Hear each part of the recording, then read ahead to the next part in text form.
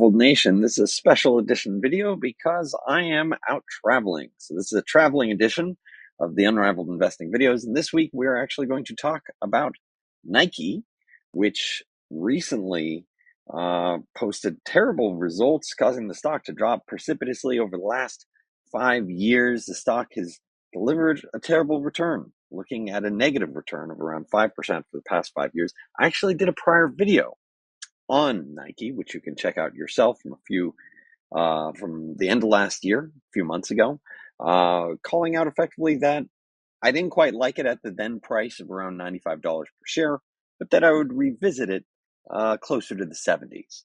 Now that it's there, I'm more interested. There are three key reasons why.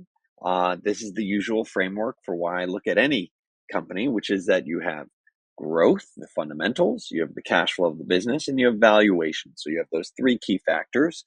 And as I looked at it, I just thought the valuation was out of whack for the fundamentals. The valuation was here and the fundamentals were down here. And as we look at the fundamentals, I honestly see more of the same. So you're seeing for the full year, this is from AI Ticker Chat, where you can see their results for the year. You're looking at, revenue growth that was pretty much flat. They did have good margin and cost control. So you can see their margins and their operating profits improved. And you can see earnings per share and earnings improve nicely. Looking at Wall Street estimates, there is this expectation that their growth could do better in the years ahead. It wouldn't surprise me if sell-side analysts revise some of these figures lower in the future, but there is this continued expectation of maybe margin improvement over time. This is from the Wall Street analyst estimate. So still expecting it over time to be able to grow 5-10% per year. Maybe next year's a reset year. Next year's a transition year, as management talks about.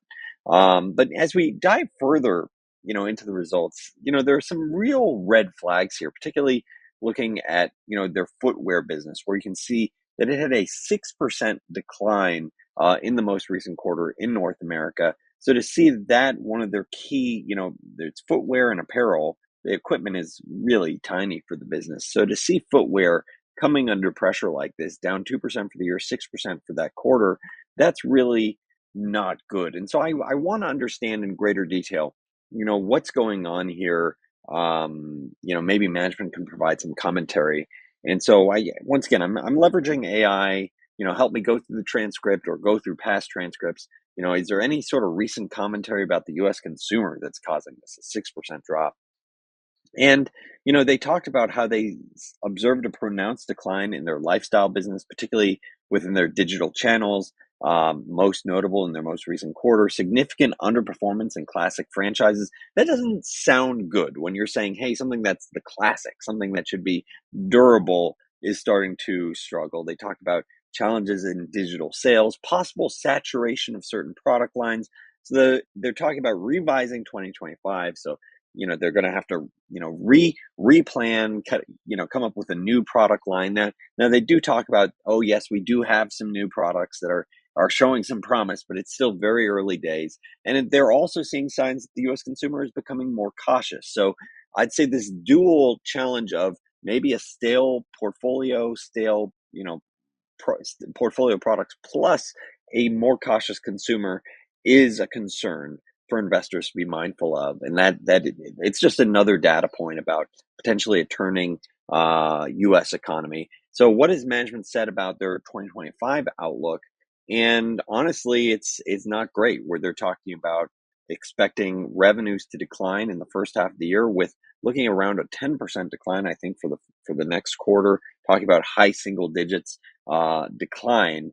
And so whenever you're talking about that, unless the market is shrinking, that means you're actively losing market share. And so that is a red flag whenever I see, one of my portfolio holdings. I don't own Nike. Whenever I see one of my portfolio holdings declining relative to an industry, that's like a bright red flag that makes me want to reassess, what is going on, especially because I see competitors like Deckers, public company that owns the Hoka brands, and they also own UGG and a few others. They're crushing it. They're growing closer to 20%. I think Hoka is growing closer to 30%. So there are some real competitors growing much faster than they are. And I think that's important for investors to be mindful of. So then looking at some of the valuation metrics, you could see that, Nike's growth really underwhelming relative to some of these comps. Once again, this is leveraging AI ticker chat to, compare the different companies. And you could see that, the valuation multiple for Nike is also a lot less than Decker. So this really does go to the market rewards growth. And if you're not delivering that growth, you're going to get more of a discounted valuation. So now Nike's trading at a, let's say, high teens forward earnings multiple, which is below the market, reflecting this sort of uncertainty of how come you're losing share when Deckers and Skechers are both growing faster than you.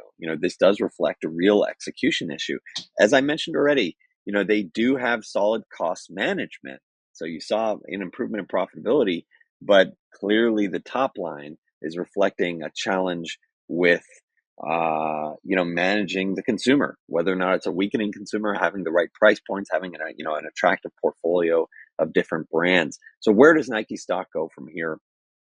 First, as always, this is not financial advice. Also, quick plug, recently A.W. Woods, a premium member of our exclusive Discord server, he wrote that thanks to Unrivaled Investing, this is a direct quote, I am currently ahead of my investing goals to retire at age 45. So if you're looking for compelling investment ideas, come check out Unrivaled Investing.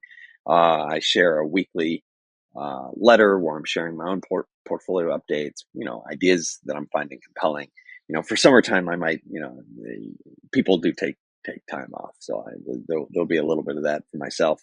But looking at what's going on broadly with Nike, despite its short-term challenges, I think it is important to understand, maybe separate what's going on right now versus maybe how you think about it in the long term, because they still own a portfolio of brands. They still have top athletes that want to work with them. And that will drive, in theory, a resurgence in the business in the years ahead. As long as you're able to get the top athletes to say, "Oh yeah, I'm going to sign with them because they have the budget to pay for me, and they're offering top dollar." So that dynamic, is in my mind part of the moat for Nike long term and could help drive that growth in the years ahead. And one example of which, now keep in mind, this is not the whole business, but this is one aspect of this business. As they talked about launching the new Kobe shoe, and how because of that, along with the Sabrina one, they were able to take 2 points of market share across U.S. basketball. So that the U.S. basketball was primarily because of Kobe. That reflects, like, look, we're having challenges in the lifestyle business. We're having challenges in our online business, but we're still able to get the occasional product that'll work really well, where you are able to take market share. So they are losing market share broadly, but they're able to find their spots. And the question is, do you believe that they will be able to sign that top talent and get people to say aspirationally, I want to own my Nikes because XYZ celebrity celebrity athlete is wearing them as well. And so when I think about the hypothetical valuation framework for Nike, thinking about it in the years ahead. Now, keep in mind, this is hypothetical. Of course, stock price can go way higher, way lower. I certainly like the valuation a lot more now that it's in the 70s. That's, look, that prior video on Nike, I think it's aged appropriately. We're said, look, the valuation closer to 30 times didn't make sense. Closer to 20 times, when you see a 20% drop in the stock in a day because of this type of dynamic, is certainly a lot better. Is this deep value territory? I don't think so. Is this in a sort of territory where you can get a market or slightly better than market type of return? It wouldn't surprise me, because let's say they get single digit maybe growth next year, a wide range of profit margins, 10 to 15%. They're currently around 12.5%. But I'm giving one scenario where it's like, oh, we have to react to a consumer and maybe do some price cuts, and that's going to hit margins, to another scenario where they're able to better manage their expenses. Maybe they're able to leverage better, robotics in the future, or they better manage some wage costs. So there's different aspects to this. looking at this, once again, trading around 20 times, might be a little bit lower if they really do well, might be a little bit higher if, they're not able to execute that well. So I look at this trading around a market multiple for a very strong brand name. So if you believe the brand, the market perception of this business can reset back to where it previously was, then I think you would say, hey, this is a very compelling buy. But if you think, hey, it's unlikely to see a valuation expand from here, and maybe you're able to get 5 to 9% annual growth in the years ahead, then you're looking at closer to what I'd argue is a market type return. So at this price, I find it certainly a lot better than where it was at the end of last year. But I'm not looking to step up. I hope this video has been helpful for you, and thanks so much for tuning into Unraveled Investing.